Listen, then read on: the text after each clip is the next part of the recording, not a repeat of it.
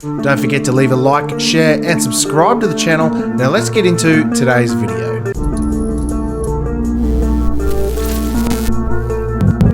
Hey guys, welcome back to another episode of Crossing the Line, and we've got a heck of a story here from NBC.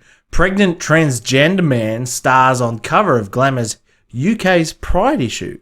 So, I don't know about you, but if you didn't know that men can get pregnant and men can give birth, then you're obviously in denial and you're a bigot, you're a homophobe, and there's something wrong with you, you need to go and get your head checked. Well, you know what they say. Can't bake a pie without losing a dozen men. Oh, that was horrible. Your wish is horrible. You're horrible. You're an irredeemable monster.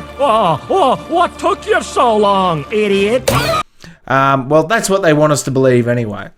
But we'll take a look at this story out of NBC, and it's a tad bit disturbing. I don't know about you, but yeah. This is where we are in 2023. Pregnant transgender man stars on the cover of Glamour's UK Pride issue. I am transgender, I am pregnant man, and I do exist, so no matter what anyone says, I literally am living proof, cover star Logan Brown told the magazine. What? What the fuck? Well, I think we all know that there's no such thing as a pregnant man. Just a bull dyke that's pregnant, and yeah, what else do you call it, really?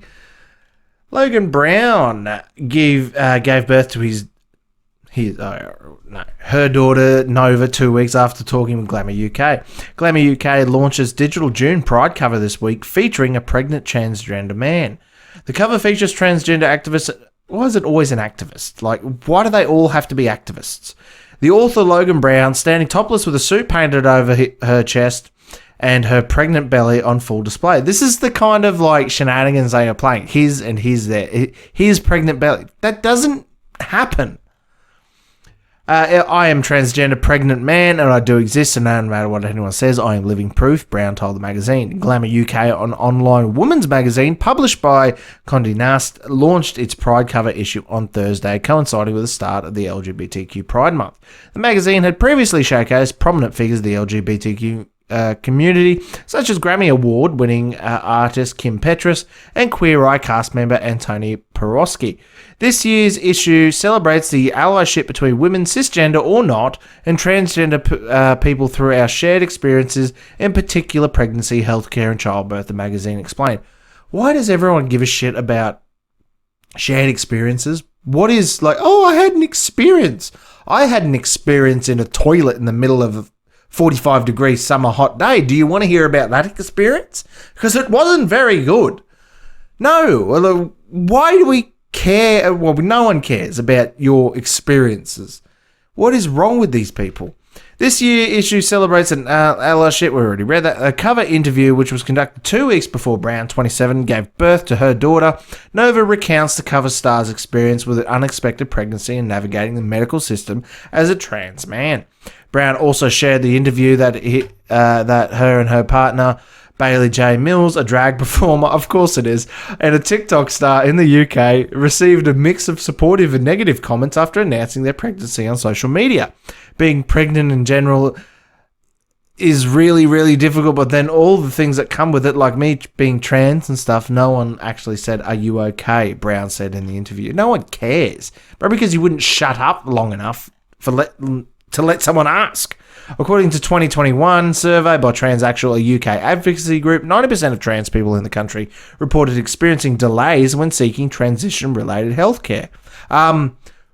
In 2021, you had some delays in the medical system in the UK. I wonder why that could be. Maybe there's more important things to do than cutting off your breasts and cutting off your pecker and turning it into a goddamn open velvet wallet. There are bigger and more important things for a publicly funded healthcare system to be doing. I know Australia's a little bit different than the UK and a lot different than the US. I know people who are suffering with medical conditions that they're waiting surgeries for, and they're going to be stuck waiting for that surgery for at least 12, 18 months. Is there trans people getting their peckers cut off on our dollar in front of that person? Who knows? But if you're sitting there complaining that you can't go and get what do they call it? Transition-related healthcare, which is basically getting a mastectomy or a penisectomy, whatever you want to call it, getting your pocket pussy, getting your penis turned into a pocket pussy. I don't care. Like, we've got bigger and better things to be worrying about. I'd rather be treating kids with cancer, or making sure that someone who's got a broken arm is getting their arm fixed, or someone who's dying of some disease, maybe even AIDS or something like that, is getting the treatment they need before you go and get your tits cut off. Maybe that's a bigger issue. Maybe you should step down and shut up and let those other people get their issues fixed first. Jesus Christ. Despite the backlash, the cover star expressed his desire to educate those who may hold misconceptions about the transgender individuals. Brown shared with Glamour that she is working on a children's book and an autobiography that highlights her pregnancy and hopes it will serve as a resource for other transgender people. She added that it would also look like the book to reach people who aren't transgender but are curious and want to know about the situation, referring to trans pregnancy. There's I hate to break it to you, but only women can get pregnant. No. It's not true. That's impossible. Search your feelings. You know it to be true. No! You don't get to have it both ways. I mean, do we need to go back to the point where women aren't allowed, to make these kind of decisions? Because there's something wrong with you, and you're ruining it for the rest of humanity. There's nothing wrong with being trans, but you can't pretend that you're a man and want to get pregnant at the same time. They're two different things. You can't want to be... The sole purpose of being a woman genetically is to produce offspring. The sole purpose of man genetically is to impregnate women so they can produce offspring. It's a magical fucking thing, and it happens all over the entire animal kingdom. And you just decide that because you have a mental illness and you like wearing different clothes. I want to be a woman. From now on, I want you all to call me Loretta. What? It's my right as a man. Well, why do you want to be Loretta, Stan? I want to have babies. You want to have babies? It's every man's right to have babies if he wants them. But you can't have babies. Don't you oppress me. I'm not oppressing you, Stan. You haven't got a womb. What is wrong with you? These people need medication. They don't need to be put on the front cover of Pride magazines, or was it Glamour UK's Pride issue? These people need to be put into a room and talk to an actual psychiatrist and sort out their daddy issues that they have. I'm ready to go in, Coach. Just give me a chance. I know there's a lot riding on it, but it's all psychological. Just got to stay in a positive frame of mind. Sorry, but if you're that mentally ill where you're like, I'm a man and I'm pregnant. No, maybe you're just a fat bulldyke with a friggin' beer belly. Or you were knocked up by, I don't even know, who the hell knocked him up? I don't even know what that is. Is that a man or is that a woman? My friend, she is suffering from the worst case of hemorrhoids I have ever seen! That's why Roger Podacter is dead! He found Captain Winky! Who knows? I don't know anymore. I'm confused. What the hell is going on? We need a rapture. I'll leave it there, shall we? Something rather disturbing the Chinese have been up to, and it looks like they have been robbing the war graves of World War II sunken British ships. And I don't know about you, but I think these people need to be brought to justice, and I think China needs to pay a price for this, because going looting the war graves of fallen sailors is disgusting. I don't know anyone that would, promote that, and I don't know anyone that would let trying to get away with it. But we'll get into this story here from the New York Post. Chinese vessel suspected of looting wrecked World War II battleship detained by Malaysia in South China Sea. You'd see some of the materials there. A large Chinese registered barge was detained by Malaysian authorities after it was found carrying massive piles of steel, ship parts and old artillery shells believed to have been looted from a pair of British battleships wrecked during World War II.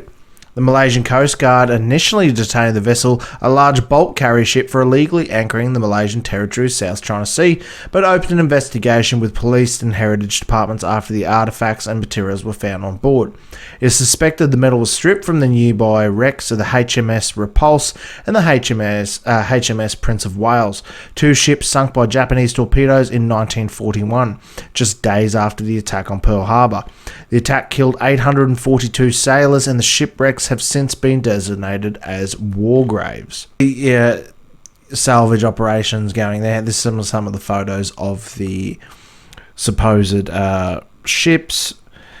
Looters have been known to target World War II ships with the raw materials known as pre-war steel. The metal the ships were built from was untainted by the radioactive elements created and spread across the world by the detonation of the first atomic explosion in 1945, making it extremely valuable for use in sensitive medical and scientific measuring devices. Photos of the barge shows towers of rusted metal cables and maritime refuse piled high on the deck of the with an excavator and a large stationary crane nearby. There are 32 crew members on board the vessel, including 21 Chinese individuals, 10 Bangladeshi, and 1 Malaysian. The same ship has previously been fined for operating without permission in the Malaysian territory in 2017, and before that was chased into international waters by the Indonesian Navy after it was caught looting, according to Al Jazeera. That's a picture of the Repulse there. World War II was built in 1916, I think it was. A large number of shells. Malaysia's Maritime Agency said the most recent suspected looting is likely linked to the recent case in which police found numerous rusted artillery pieces and maritime artefacts at the scrapyard in the country. Those shells were detonated after being discovered. The National Museum of the Royal Navy in the United Kingdom says it is distressed and concerned that the apparent vandalism for personal profit. Well, that just that suits Chinese government and Chinese maritime to a T. They have been doing this for years and they still continue to do this. So I don't know about you, but I think that ship that has been caught stealing those artifacts and stealing that steel from those sunken ships and grave robbing basically at this point, they need to be sunk and turned into artificial reefs. Anyone caught doing that should be jailed for life, because if you're desecrating wartime graves, I can't imagine a worse thing to be doing. It's pretty bad, desecrating war graves. Anyone who's a fallen soldier, or in this case a sailor, if you're desecrating their graves, you need to be sent to prison for a very long time. But these people will probably be given a slap on the wrist and let loose, and that ship will be out there doing it yet again, and with the full support of the Chinese government as per usual, because they can make a quick buck out of it. Now, if you don't know anything about the reason that they want the steel, it's like I said in the article there, it has been made before the 1945 detonation of the nuclear bomb. And so when they use it in really sensitive material, sensitive devices to read radiation and things like that, I think like CAT scanners and PET scanners or whatever they're called, they use it as well. It's got a very low background radiation. It's got normal background radiation. So that's why it's so high value. I know in some countries, I think it's the Scharnhorst, you can actually buy knives and stuff made out of the Scharnhorst wreck, but I think they were actually salvaged from the shipwreck in World War II or post-World War II, and they were used to build certain things. I think it was manhole covers mainly, but you can actually go and buy World War II German steel that has been repurposed into manhole covers and things like that back in the day, and people are making knives and pins and all sorts of things out of it. But that's a bit different than Chinese government and Chinese sailors going and desecrating war graves of a long lost battleship fleet that was sunk in the start of World War II.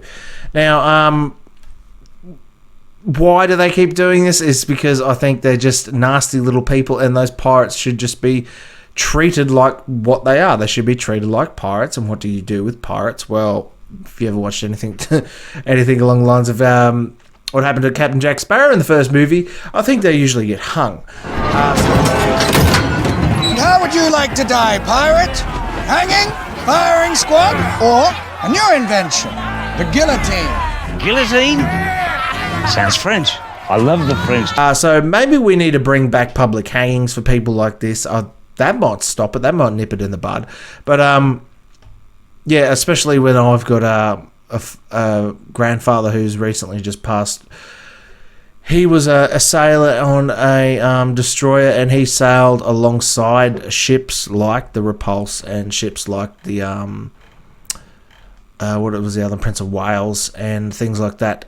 And you know, these poor people have lost their lives during the start of the war, and now the Chinese government and the Chinese pirates here, I'd call them pirates, ripping up their tomb basically. And imagine like using someone's coffin to build a door.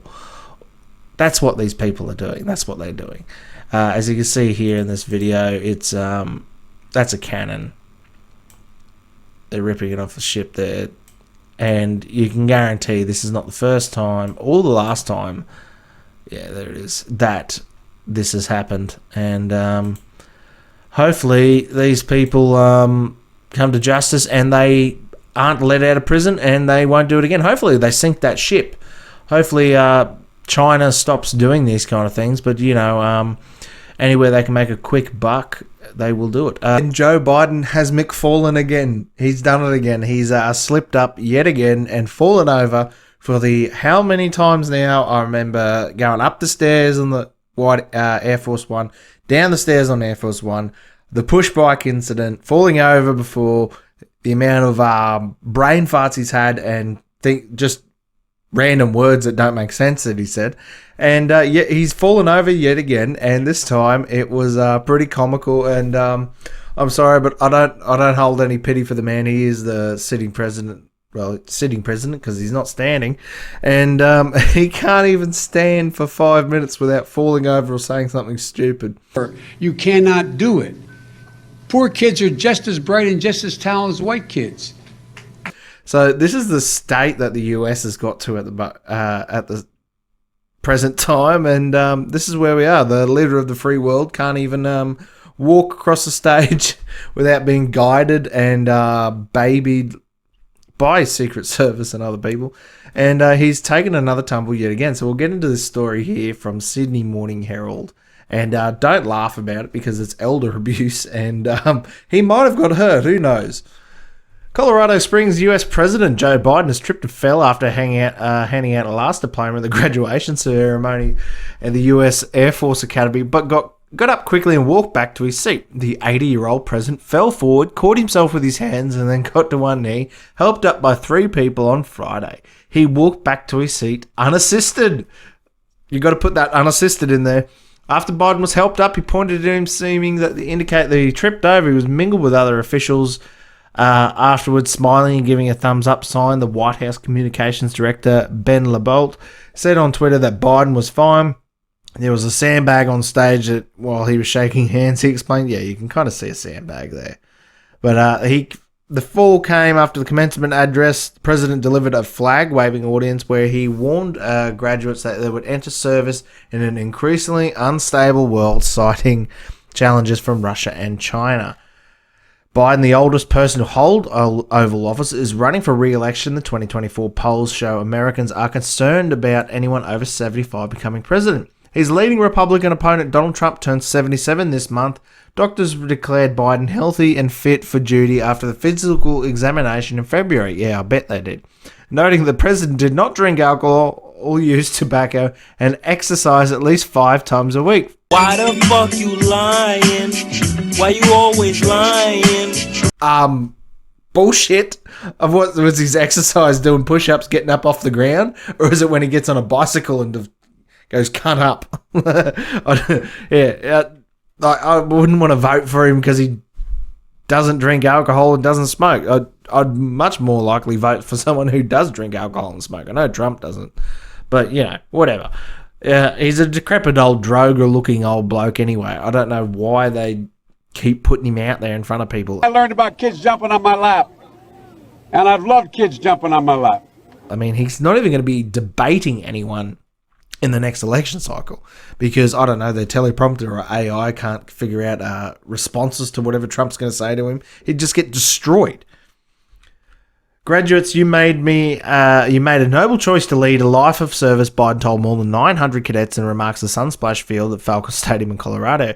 Now you also shoulder a great privilege and a mighty responsibility. Leadership. Yeah, leadership. The president talked about the US and rallied Western nations to stand behind Ukraine against Russia efforts to enhance deterrence in the Indo-Pacific region. He also expressed confidence that Sweden will become a NATO member. Sweden and Finland, both historically unaligned militarily, sought NATO membership after being rattled by Russia's invasion of the Ukraine, but Turkey, a NATO member, blocked both countries from joining the military alliance before agreeing to a membership for Finland while continuing to object to Sweden. However, on Thursday, Biden said that Sweden's NATO membership will happen, I promise you. Well, that's not a good idea anyway, because ever encroaching on Russia's borders is the reason that Ukraine is in the position that it's in now. But we'll leave that as a different story now. Anyway, we'll get back to Biden having another fall. I know you guys want to see the video footage. We'll take a look at this footage here.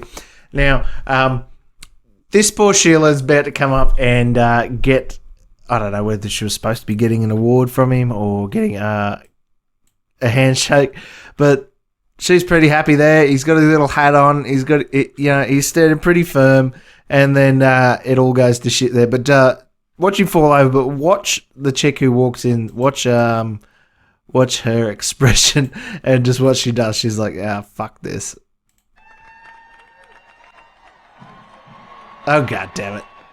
Fuck this. I'm going home. I wonder if they were terrified that he'd been shot or something. Like, I mean, you look at it like she goes, oh, there he goes. Fuck this, I'm turning around and going home. This dude's like, oh shit, did someone shoot him? He's sitting there on his phone talking to the old dude, and he's like, oh fuck, wait, the president's down. Air Force One, get him back on board. Oh my god, can you imagine? Can you imagine if that was Donald Trump? You never hear the end of it in never hear the end of it in the news cycle. But we'll listen to see what Trump said about it, because he was actually quite caring and made sure that the president was all right. Well, I hope he wasn't hurt. He's at the Air Force Academy. He actually fell down. Well, I hope he wasn't hurt. I hope he wasn't hurt. But it's the whole thing is crazy. You got to be careful about that. You got to be careful about that, because you don't want that. Even if you have to tiptoe down a ramp, you got to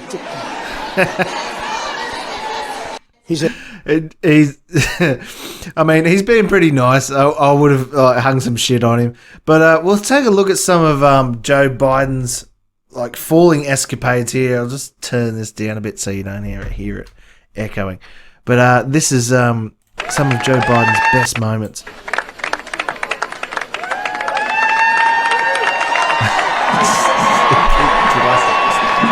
The push bike one's my favourite. Look, he can't even get up. Okay, fair enough, you're old and whatever, you fall down. Look, he goes down. This bit here, look. Oh god, no, wait a minute. He should not be the leader of the free world. It's too much. He spends more time on the ground, on his hands and knees, picking himself up. Maybe that's why the economy in the US is so fucked. Maybe that's why the world's gone to shit, because the president is just too busy picking himself off the fucking floor. He can't stand up to Putin. He can't even stand up to a slight breeze, apparently. Mm-hmm.